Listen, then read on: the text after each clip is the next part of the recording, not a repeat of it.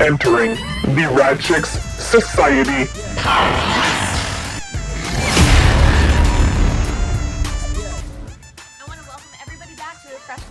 RAD Chick Society podcast. I can't thank you enough for being a part of this community. Like, from the bottom of my heart, it means the world to me, and all of the friendships and connections and stories have helped so many. So if you want to continue to stay inspired, stay motivated, stay connected, go subscribe now. We'll keep you up to date on new episodes, new videos, all the good stuff that's going down. We're down here in Wildwood, Florida at Spider MX, and I just ran into a really rad chick yesterday. Out of the blue, didn't even know this was about to happen, and we had to get on a podcast together. So this is Kerrie Knox. She's really, really cool. I followed her for quite a while on Instagram. When traveling the country, we happened to be in the same place at the same time for so many instances, but yet we never met. We actually didn't meet until she saw that I was selling my van. She saw it on Instagram, and she's from Tennessee. She and her fiance flew in from Tennessee to Connecticut and bought my van last October. And that's actually how we met. I'm sitting down here in Wildwood at Spider MX, and who do I see out my window? My old van and Kerrie and Ben. It was so awesome to be able to meet back up with her and actually get to sit down, talk with her, ride with her. We had an awesome day, and it's really cool to see how much she's progressed on her bike and how good she's doing. But you're somebody that I wanted to talk to for so long because I follow you. Well, I don't know why or how I found you, but I know I started following you through my personal account, and you do everything. There's nothing you don't do. A little bit. Too many hobbies. So I'm I feel like I want to start at the beginning of I don't know, little Kerrie. How did little Kerrie get adventurous? So little Kerrie grew up playing sports. I played soccer, travel soccer is my whole world. And then in high school I started playing rugby, which was pretty different. Yeah. And so I played rugby. And on a female team? Mm-hmm. Yeah, all women. Oh god, yeah, you can't play with guys; it'd break you. Right. Yeah. Yeah, so my buddy's dad was he played rugby, and so he started rugby in Tennessee, and then there was every high school had a team. So it was a pretty big program. It was neat. Yeah. We definitely didn't have that. Yeah, it was I was kind of the beginning of it. Yeah, and so my team was really good because our coach was the one that started it, so he taught us all the rules, and then the other teams didn't know all the rules necessarily, and that was a big part of it. So we were just quick to respond. Anyways. Cool. So yeah, didn't really hike. So that was all high school? All high school, yeah. I didn't really hike or camp or anything. Moved to Chattanooga, was going to school, just kind of, lost, right? That kind of 20-year-old thing. College, yeah. Yeah, and then, typical. Yeah, everyone's been there. And what then, did you go to school for, nursing, or? No, so I went to UT for a year, and I was pre-med originally. Had way too much fun at UT, so then I left, and I went to Chattanooga, and I was just going to Chattanooga State and just taking some general course classes, and I had a buddy, and I just lived with them, so not really doing a whole lot. I was working at Journeys at the mall, yeah, and I was I hate this job. I need something new. So I just remember when I was sitting there on Craigslist trying to think of unique jobs to do, and I saw the typical, what am I doing with my life? What should I do? Yeah. And I'd been rafting as a kid, and I really liked it, and I knew because I just moved to Chattanooga, and I knew I was kind of close to the river that I've been rafting on, and so I just looked up a company and I sent them an email, said, hey, I'd be really interested in working for you, what do I need to do? And they're like, show up on this date, we'll train you. I was okay. And then that cool. Literally changed the course of my life. So then I started being That's pretty awesome. It was. This looks like a cool. It was such a fluke too. You always see these jobs on Craigslist. You're is that real? Yeah. Yeah. How long ago was that? I don't know how old you are. I'm 28. That was 2012 maybe. Mm-hmm. Because I think my first year I turned 21 or turned 20. So. But yeah, so before that I didn't do anything outdoorsy really. I played sports, but that was it, suburban life. And then that opened up rock climbing and mountain biking and hiking and camping and all of that. And it was, being around like-minded people and I don't know. That's cool. Yeah. So. And it literally opened up the doors to your life because they look at everything you do now. It really did, yeah. I'm this girl's just fearless. I've always actually been outdoorsy and my dad's really outdoorsy, and I wish I had as much knowledge as he has, but always hunting or hiking, and so we grew up basically being forced to like be Uh-huh. active and be outside and Yeah. go. We'd mountain bike, you know, with our hybrid bikes, and before mountain biking was even a thing, and always in the woods and always like exploring something. Mhm. But I see you and I'm like, I don't have that expertise or that. Gosh, no. I don't know if it's like expertise or confidence or I fumble through a lot of knowledge of things. wildlife, or are you just fearless? I mean, I've seen I just fumble. I just fumble and figure it out. So, I've seen you like out, like when you were living in Arizona, and I'm like, she's like sleeping in her truck, like out in the middle of nowhere. yeah. I don't know. It's like anything. Like once you start, it's very intimidating to enter that world, right? I always wanted to rock climb, and I'd seen rock climbers, but like you go to the gym and like just with like dirt biking. Yeah, and everyone's really good, and it's very intimidating but more to like the wilderness get stuff into freaks it. me out. Well, yeah, I don't know. That just kind of came naturally. Like I would camp, like with people, and then people, as people do, don't want to do things. You know, you're like, you guys want to go camping next weekend? Everyone's like, yeah, I want to go camping. And then when next weekend rolls around, like people don't want to go camping. Yeah. So I just started saying, whatever, I'm gonna go on my own. Yeah, really. No, like, I totally just get got really that. frustrated with it. Especially if you're like on your own and you don't have Yeah. that somebody, whether it's a spouse or a best friend, that's like up for everything and Yeah. anything. It's like, well, I gotta live my life. Yeah, I wanted to. Yeah, I mean that really was. And so I started small, like with campgrounds that I've been to on my own. Yeah. And then I took my dog on like a 2-day backpacking trip, and it was miserable. Where was that? Somewhere in Tennessee or North Carolina, but it like rained the whole time, and Timber got lost. I'd let him be walking off the leash, and he had on a little backpack, and he like smelled a squirrel, and he took off, and then he never came back. And so I'm sitting there like freaking out, like, oh my god, Timber's gone. And so I went like walking down into the woods, and he got in his little backpack hooked on a tree, and he was stuck. Yeah. Kind of, thank goodness. Yeah. In that case. Yeah, and it rained, and not super fun, but so I mean, I just fumble my way through it. Yeah. Well, you said like once you started rafting, that kind of you meet like-minded people who are probably doing it, so it's like, oh, well, I'm rock climbing. I want to go rock climbing. Yeah, that kind of exactly. Yeah. What level of like rafting? You're a rafting guide, right? Yeah, You're so on the certified- Kerrie is it in certified? Tennessee. Is that what it's? No. License or no? No. just full on. Just do it. No, so on the experience. Kerrie, yes, experience. I've been doing it for like 10 years or 10 seasons. So the Kerrie, it's on a rating from 0 to 5. 5 is like super, super gnarly.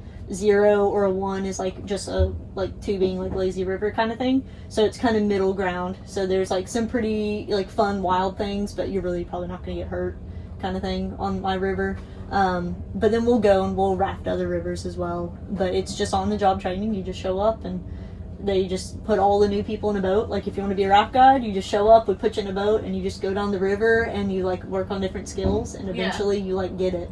But of course you don't really get it. Are you a strong swimmer? Is like, No, do you feel like gosh, that's no? No. Is that like a requirement? No, because you have a life jacket, and you figure out how to like work with white water and how to like fight and work with it. Do you though? Yeah, what do you do? Because I did not do swim team as a kid. I did it for like 2 years. I was terrible at it. I hated swimming, so I quit that. Like that was like one of the sports I did not play as a kid. And my dad even said that when I got the job. He said, "Shouldn't you have to swim to be a raft guide?" I was like, "Oh, life jackets." Yeah, you got life jackets. You'll float eventually. Yeah. That's cool. You've done some. So you're a nurse. Mm-hmm. We should say that as people are just listening and not following your life like I do. Yeah. Whatever you want. There we go. I didn't want to knock that over. So you went from college and then you got a job in rafting. Like, how did you end up in nursing? So to be a raft guide, you have to get a CPR certification. So I did this wilderness first aid class, which was just a bunch of raft guides, and we were sitting out in the woods, and the instructor came, and he taught you basic CPR, and then he put you in these situations like, here you are on a raft, and somebody's, broken their leg, and you need to get them across the river and up the hill, and this is the only equipment that you have. Like, what do you do? And so you had to kind of troubleshoot and figure out how to make a backboard out of 2 paddles and that kind of stuff. And it was very interesting. And I said, I don't know what I'm doing with my life. Let me go to EMT school. That seems pretty cool. And then that just kind of led to paramedic. And then as a paramedic, I went to nursing school. And it just kind of So with rafting, did you like ditch college? Oh, yeah.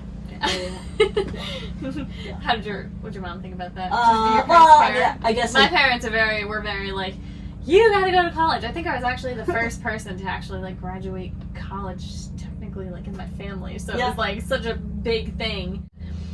So it was a big thing in my family, like, I have to go to college. Yeah.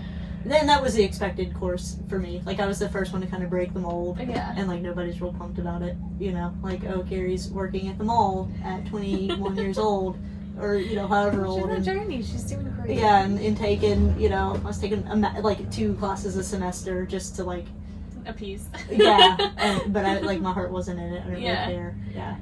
And then, so you ended up going to nursing school, obviously, eventually? Yeah, so EMT and paramedic it's through college. It's like a technical certificate, so it's an associate's degree. Yep. And then I was working as a paramedic, loved it, but it's very, like, dead-end job.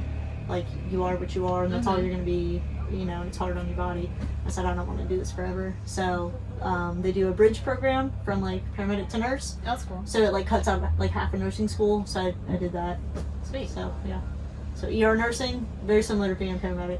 Did you have you ever done like a permanent job?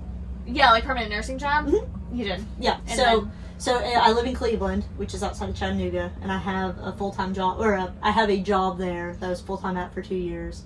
And then when I started traveling, I went PRN. So I still work there like part-time. Okay. So I'll like do a couple travel assignments, and then when I'm ready to like stay at home, I'll just pick up a bunch of shifts there. And then when I want to go travel again, I take off. That's cool. Yeah. I like that flexibility. Oh, yeah. I have to work 3 shifts a month. So when I lived in Arizona, not ideal. I had to fly home. I do, like, recall you talking about, like, how is that? I recall you talking about, I have to fly home and work, and then I have to bounce here and work this shift and that shift. That wasn't great. But whatever, you know. You pretty much, like, squeezed them in between your off days. Mm-hmm. Yep. Yeah. But... I guess in the long term, it keeps your flexibility. Yeah. It's unfortunate for that week, but for 3 weeks of the month, I'm living in Arizona, cruising around and having a good time. Yeah. Mm-hmm. So Arizona, was that your favorite spot? Where have you been in all of your assignments? Kentucky, Arizona, Augusta, Kentucky again. So I like that one because that was like a destination. Augusta and Kentucky are just kind of like home. Yeah. Home-ish. Yeah, just a long drive. That's cool. Yep. Well, you said you started dirt biking 4 years ago. Mm-hmm. I heard your story when I was listening to Dirt Bike Girl Adventures podcast with Nancy, but what made you want to start? Just like seeing it? I don't really even remember. So I knew how to ride a motorcycle. I've had a street bike before, and I'd always wanted a dirt bike, and I don't remember what happened, but I was just like, I want to get a dirt bike. And so then I looked on Craigslist, and I found one for like, I don't know, $400. I mean, it did not cost me. And you didn't know anybody, right? That road? No, I didn't know anything about dirt bikes, and I was like, I know soccer. I'll buy this. I know rugby. Yeah. I was like, I'll buy it. And no, I guess it was a little bit more. I mean, but it was very cheap. But yeah. Which now that I know dirt bikes, I'm like, a $600 dirt bike is not going to do. Not going to get you what you want. No, yeah. So I bought that, and I had one friend who had just bought.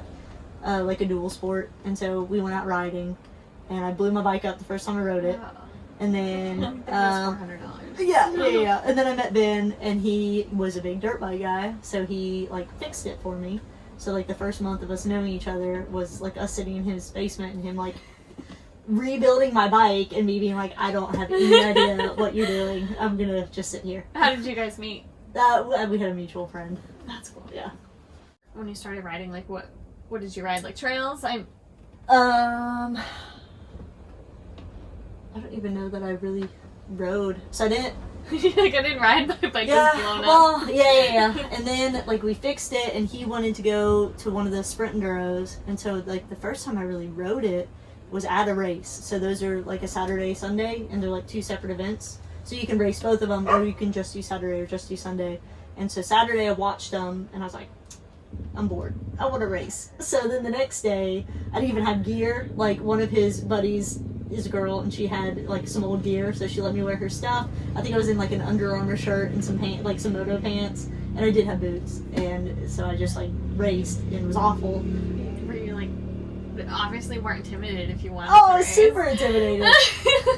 But it was one of those setups where I just went at the very, very back, so there's no one behind me. So if it took me 2 hours to complete the loop, like, nobody had to pass me. Like, it was no... Oh, so there is, like, no passing at all. It's just... No. Well, there is, like, some... up in the pass, yeah. But but if you're the very last person, there's no one behind you, so no one else. Okay. Yeah. So I was thinking, I don't know how they're, maybe you can explain it better, but I just assumed, like, all right, so we have this is a track, essentially it's a track.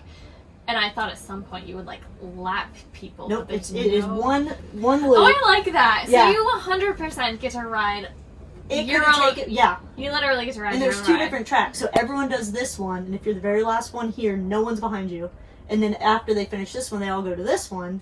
But there's, like, built-in break periods. So, I mean, I guess, ultimately, if you took literally 2 hours, the people would finish this one, their 30-minute break, finish this one, and come and catch you again. But, like, that's Yeah, but they'll just, if they catch you, then they're gone. Yeah, but, I mean, that would literally never I happen. like that. Yeah. So, I mean, I was the very last person. I fell over coming across the finish line every single time because it's, like, a real tight... You rutted out, and I was so embarrassed because, like, all his buddies are like, yay, Kerrie! And I fall over every time coming through the finish line. I'm like, this is so embarrassing. So. But I think anytime, like, you hit your first rut, any sort of terrain like that, you don't really know what you're doing. Oh, gosh, yeah. Were you aware of your clutch? This is one silly thing. When I started riding, I actually, here at Spider, it was the first time that I rode and I forgot I had the clutch. So every time I went into a corner, I would stall it. Oh, and my bike is so heavy and I would fall every time. And so I was terrified of corners for the longest time. That's fair. So. What is it, yours, a 250? It is a 250. Yeah. Those are heavy. So it's a 2020 250F. And it's CRF 250F, and that was the first year they made this model. It's 2020, and it's like 263 pounds. So it's not even like the weight of a normal bike. It's a trail bike, so it's like extra heavy, extra heavy duty. Like it's just a clunker. So yeah, I felt like in a corner on this track, like, slightly burned, and of course I fall down the hill. My handlebars are down the hill. You have to pick it up against the... And then you're like, anytime you fall and you're on the track, you're like freaking out. You're like, oh my god, I gotta get this up, I gotta get this up. And you're like, adrenaline rushing through you, trying to pick it up, and you like, man, power the thing up. And then you have no energy to ride. Yes, and then you fall over again. Yeah. But the sprint enduros, though, son, I can handle that. You think if somebody, like, just starting out riding, like, what piece of advice? We have a lot of, like, newbie listeners, or a lot of people who don't have other people around where they're like, I always wanted to ride and I got a bike and I'm just teaching myself and I don't know what I'm doing, but I'm just doing it. Like, what's your advice coming? You started on your own. Obviously, you probably had Ben to kind of guide you once you two met, but... So, the biggest thing for me was racing, which I know is very intimidating for, like, most people when they're, like, new at something. And it is. Like, I'm, every time, like, very scared. Like, before, like, I raced the GNCCs, too, and, like, before them, like, I'm, like, nauseated, like, oh, God, here we go. But that's the best Pretty situation. sure I was like that today. Yeah, but that's the best, because you're with other women. Like, if you come to a track like this, there's not any girls. And B, if there are any girls, they're probably, like, pretty good. You know what I mean? There's not just very many women who do this. So then going to these races is, I don't know, there are a lot of girls there, or there's more, there's 10, 15, and most of them are, like, similar level or something you can compare to. And so, like I said earlier, like, if someone's going just a little bit faster than me, then I can model after them and follow them, or even boys too, because there's slow boys at some of these races, and it's just, I don't know, that pushes me, being able to, like, follow them and see how they, like, navigate this route or whatever, and then doing the same thing. And then you also kind of get in that, like, blackout mode where you're just, like, following them, and then they do it until you do it, and then you're like, you're like, oh so God, in the zone. I just did that. Yeah. So, I don't know. That was the biggest thing for me. Is that where you learned most? Did you race mostly when you started? Yeah, I don't, like, ride often just because of my schedule. I'm pretty busy. So I don't, like, just come to, like, track days and go ride. Like, most of the time if I'm riding, I'm racing. So, but I did also know how to ride a motorcycle beforehand, which is beneficial. I mean, a dirt bike and a street bike are different, but, like, you have how to work a clutch and brakes and how to shift and understanding the basics of it. Yeah, which definitely helps. But the first time that I ever rode a bike, period, I cried. I couldn't figure it out. I dropped it. It was winter. Street bike? It was freezing. Street bike. It was a little Ninja. And I kept dropping it, and I just couldn't figure it out. And I cried. It is, yeah. So. It's tough starting out. It's super tough. Yeah. And I think so many of the girls, too, that are, like, interactive here are starting out later in life. Like, I've noticed within motocross over the years that you have, like, the young girls that start, you know, like, kids, they start young, and then so often when they hit 18, they stop riding. Mm-hmm. And then most girls either start brand new or get back into it at 25, 30 plus. Yeah. Which is kind of crazy because it's, like, such a physical sport in all the ways. Yeah. That it's crazy to think that most of the girls are older like adults, that are riding. Yeah. So one of my very first races, I showed up, and Dawn Silva, I don't know if you know who she is. I don't. Her husband, I think he owns a suspension company. Her son races. He's very good. And she was just, like, solid. Like, she's super nice. She's, like, you know, a mom. Like, she's bringing us all snacks as we're sitting there. And then you see her out there, and she's, like, very good. And I was like, man, I want to be like this person. Like, I don't know. It's just super cool. And she's an adult. And she started riding later on in life. Oh, really? And I was like, this is exactly... You know, she's not, like, the fastest person by any means, but she is very competent and, I mean, like, races B class, very solid B class, and I just remember being like, if I can be as good as Dawn, I'm going to be pumped. I think I notice, like, so many of the girls, most of the women that ride, like, do ride off-road, not like off-road, woods. but woods more than track. Mm-hmm. And I always wonder why. I wonder if it's just the community aspect, or if it's definitely a bigger little community. less intimidating. Like, you come to ride at a motocross track and obviously it all depends on where you go, but where I'm from, it's typically like you come to a motocross track and there's no split practices, and so you have no choice but to balls up and ride with the pros, and it's just dangerous. Yeah. And it's terrifying. And there's not... Out west is kind of cool because you didn't have your dirt bike out like west, but like in California it's cool because you have the opportunity to have places like Ocotillo Wells where you can learn so many skills, and you have so many of these tracks that all have vet tracks, so you have the opportunity to have a more beginner track and progress and learn. Out east you got nothing but one track, and you either ride it or you don't ride. And the the kids tracks are cool to, like, gain basic skills, but they're too small to progress on. So it's tough. And so I don't know. It's not really set up for, like, learning, especially as an adult, where, like, your repercussions are strong. Like, if you're a little kid and you're learning, like, you're fearless. You don't care to jump and fall, and you balance. And if you break something, it grows back. Like, that is not the case as an adult. Things hurt. You got to go to work the next day. And so it's like, I just wonder, we just don't have a lot of trails, like, where we're from in the Northeast. And so, I always see these girls, like, dual sporting out west, and I'm like, oh, it's so awesome. There's not really a whole lot in Tennessee either, which is another reason why, like, racing is the predominant place that I've, like, ridden, is because, like, there are places to ride. Like, because Ben was a big moto guy, he wasn't into woods either, so then once he started to get into it, we've, like, found a few spots, but there's really not. Maybe I can transfer my husband over. It's pretty fun. He likes it. What's, like, the atmosphere when you do go to the races? I only know motocross. Like, I know motocross more than I know anything else. I feel like I have to get to one of the woods races down here because my friend Monica, like, races them every weekend. She's so, like, diligent about racing. I admire her. If she's not racing a dirt bike, she's racing a mountain bike or something. Like, just pushing herself to do something, and she's like, I'm gonna get you to do a hair scramble. I'm gonna get you to do a hair scramble.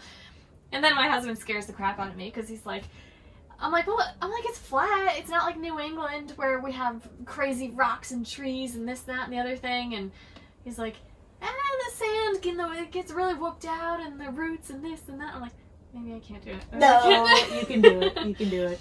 It's super fun. But what's the atmosphere like when you're... there's two different styles. There's a hair scramble, which is like an all-out 2 hours. There's like a 13-mile roughly loop, and you do it like as many times as you can in 2 hours. So for, like, you know, Adam and Ben, it's going to be like 6 laps. For you and me, it's like 2 laps. That's a That's a bit. Yeah. 2 hours straight out. Yeah. I mean, you're like whooped afterwards. Yeah. But so the way that goes is every 10 seconds a class takes off. Or no, I'm sorry, every 30 seconds to a minute. So everyone's like lined up. So like women, we generally start like at the very back. So you're like hanging out for like 30 minutes while all the other classes take off. And so like there's a lot of camaraderie. Like like our bikes will be on our kickstand and we'll just be like hanging out and talking. Yeah, you have no choice. Yeah. But to socialize. Right. And then, you go and you race for 2 hours and then you're exhausted and, then you see them at the next race. It's not like you hang out after. The sprint enduro kind of stuff, which Nancy and her husband are doing a series of it this year. It's She's like in they're in Maryland. Okay. Yeah, but they're mostly down here. They're in like Virginia area. Oh, okay. I think because they're pretty close. That's why we were like, oh yeah, we'll race that for sure. But you'll do like a 10-minute race, but you're really just racing against yourself. But you do like 10 minutes and then you stop for 30 minutes and then you do another 10 minutes and you just do that all day. And then you do like 6 races over the course of the day, but you have plenty of time in between. And so then everyone like hangs out. It's like, like all the pits, like everyone's hanging out. I don't know. It's a lot. It probably, it forces you to be more social. So it used to be around, we're racing and this is serious and this is and that's the difference. Moto is like a sprint, right? I mean, it's a sprint. So it's like everyone's focused. Yeah. Like, there's no, and then so it's like just getting ready and get your bike ready and we gotta get to the line and then when you're done, you're just like chilling out and you're kind of like refreshing and recalibrating your brain because you got to get ready for your next class. And there's not as much bouncing around and like hanging out, people coming together as much. Everyone's just kind of like doing their own thing. But I mean, that's the fun of it at the same time is when you do just get to have a ride day. It's like you can chill out and hang out. Yeah. But I've also met a lot of girls who were like, when I do ride days up north, and everyone gets together and they're like, oh, that's so cool. I saw her. I see her when I ride here, and here. But nobody chats. No, nobody, Yeah, I don't know. And I guess with like moto, I've done a couple moto races. Very scary. But like it's very quick and you're fast and it's a sprint, right? And it's like if you make one mistake, like that's it. Like you've lost kind of thing. Whereas like in a 2-hour race. Yeah, unless you have the ability to get back up quick. Right. Yeah. Which, especially women's races, they're probably like 4 or 5 laps and then you're done. Oh yeah, I think some of them are like 3 laps. Yeah. I'm used to like.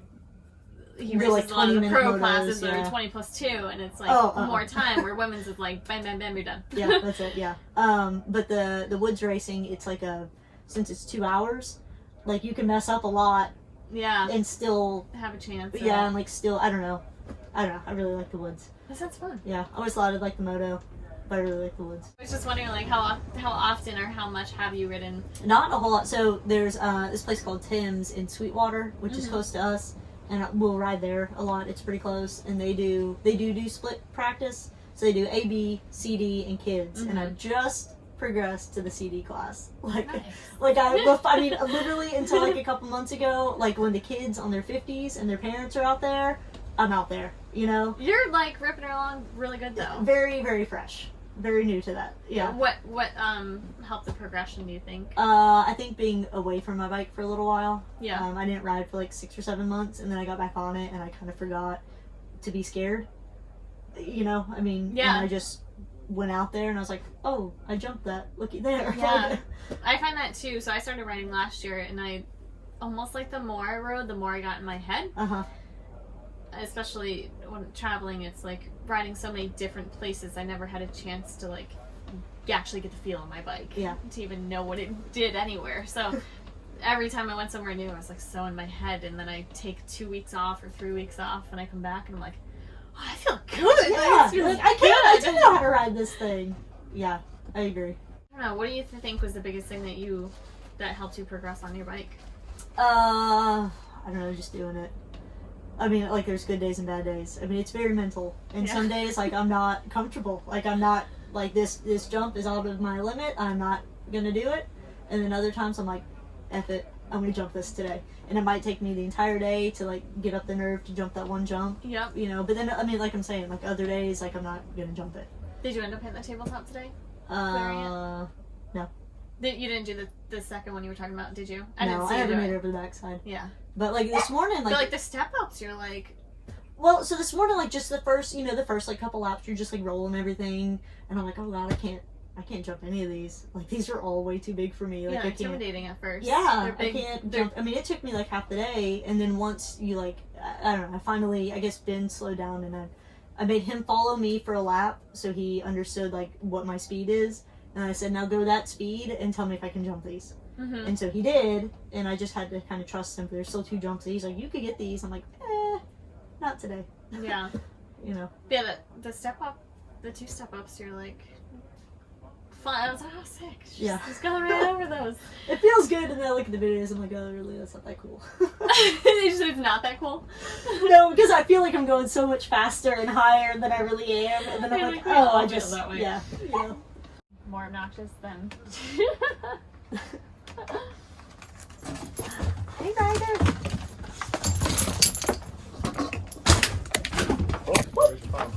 Guarantee. Chill. So we got 30 minutes into our podcast and let my dog in. She knocked my phone over and I did not even know that it stopped recording. That is such a bummer. Gotta make the most of it though. Sum up the podcast. So you hiked the Pacific Coast Trail. You lived in a tent. Colorado Trail. I mean, what am I saying? You're gonna Pacific Crest is next. Yeah. Oh my gosh. Went to Arizona. Did a lot of fun stuff out there. Yeah, lots of cool things. Lived in a truck. Catalina. Went to Catalina. Yep. Almost got attacked by a warthog one night. Ooh. There's some crazy hogs out here too. Are there? We discovered that. Yeah, no, one night I was like camped somewhere and I heard like this heavy breathing. It was kind of in like Meth Town, Arizona. Like it was a little bit like shady where I was. And oh my god, like somebody's about to like, and I did have a knife, so I had like a knife in my hand. I'm like, I'm gonna get him. And I opened up the back and it was a hog. I was like, oh gosh. Javelinas. Yeah, javelina. Oh.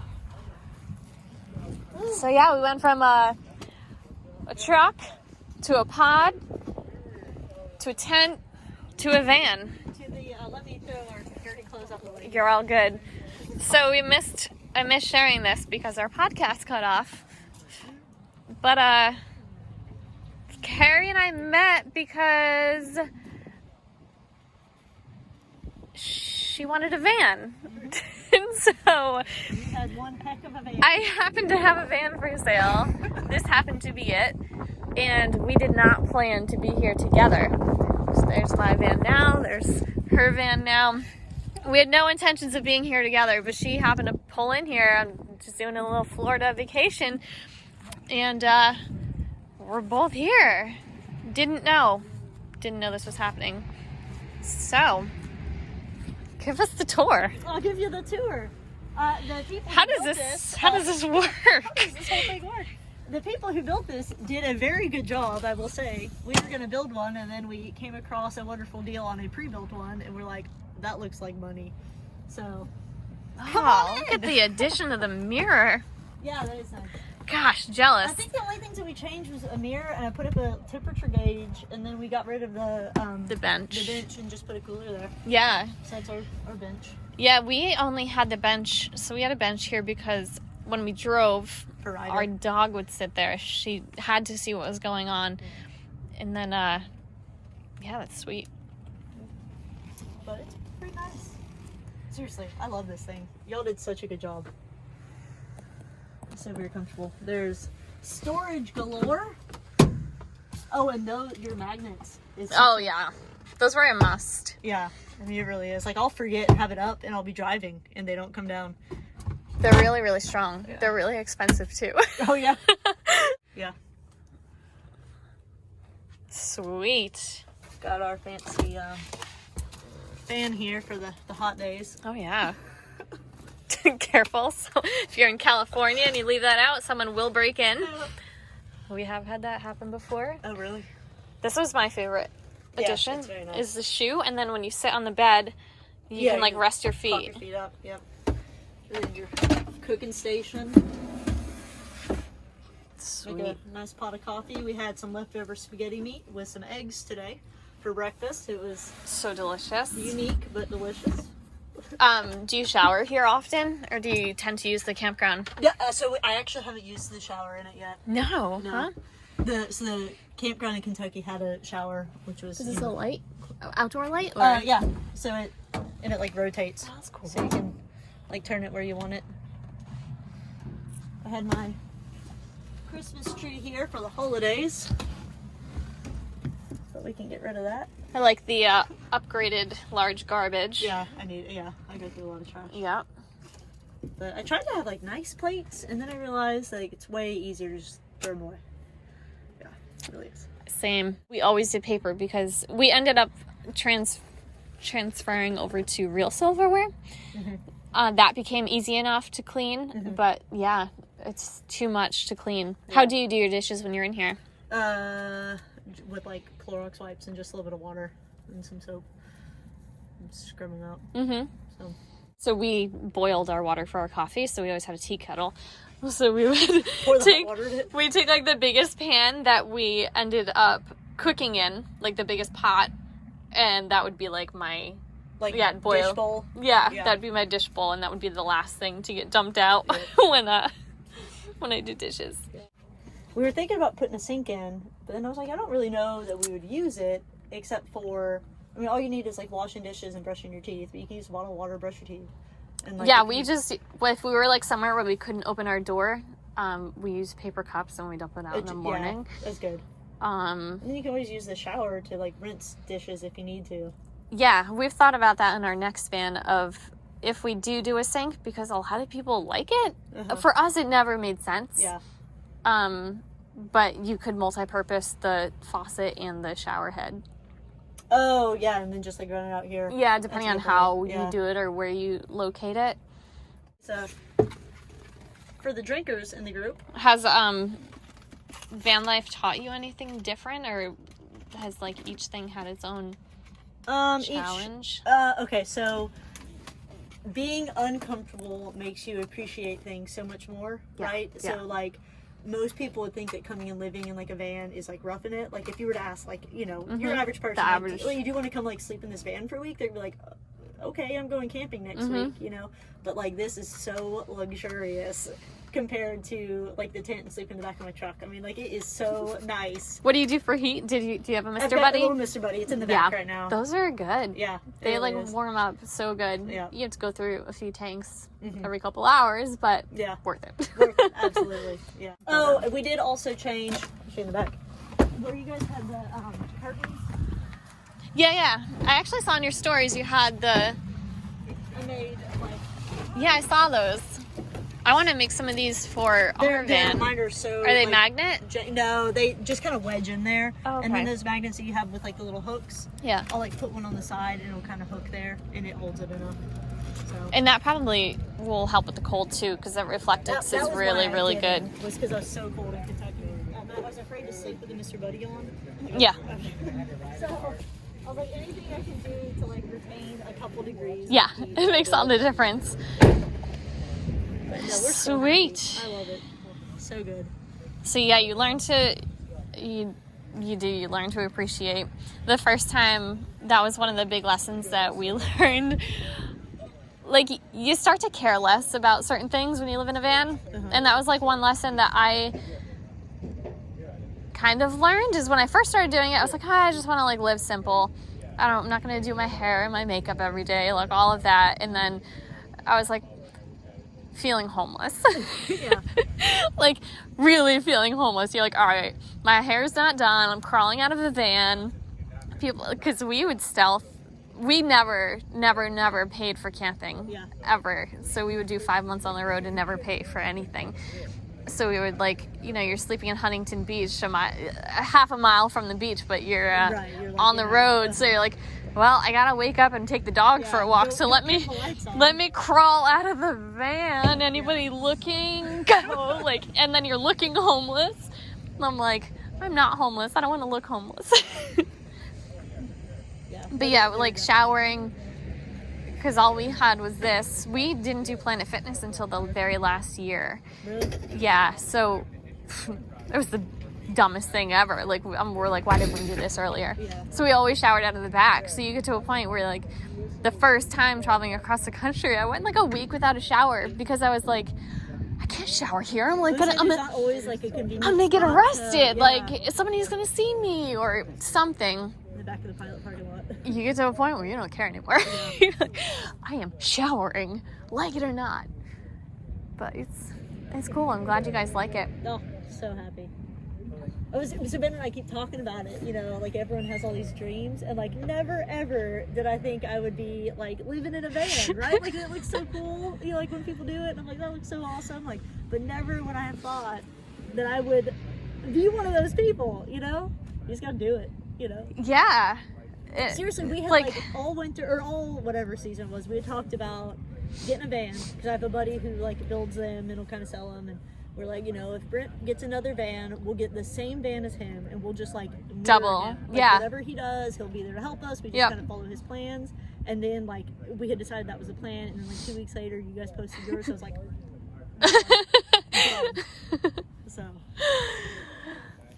they're worth it. Yeah, everyone asks like, which do I like better, and there is really no one that's better than the other. Yeah, you're right. Everything definitely has its perks.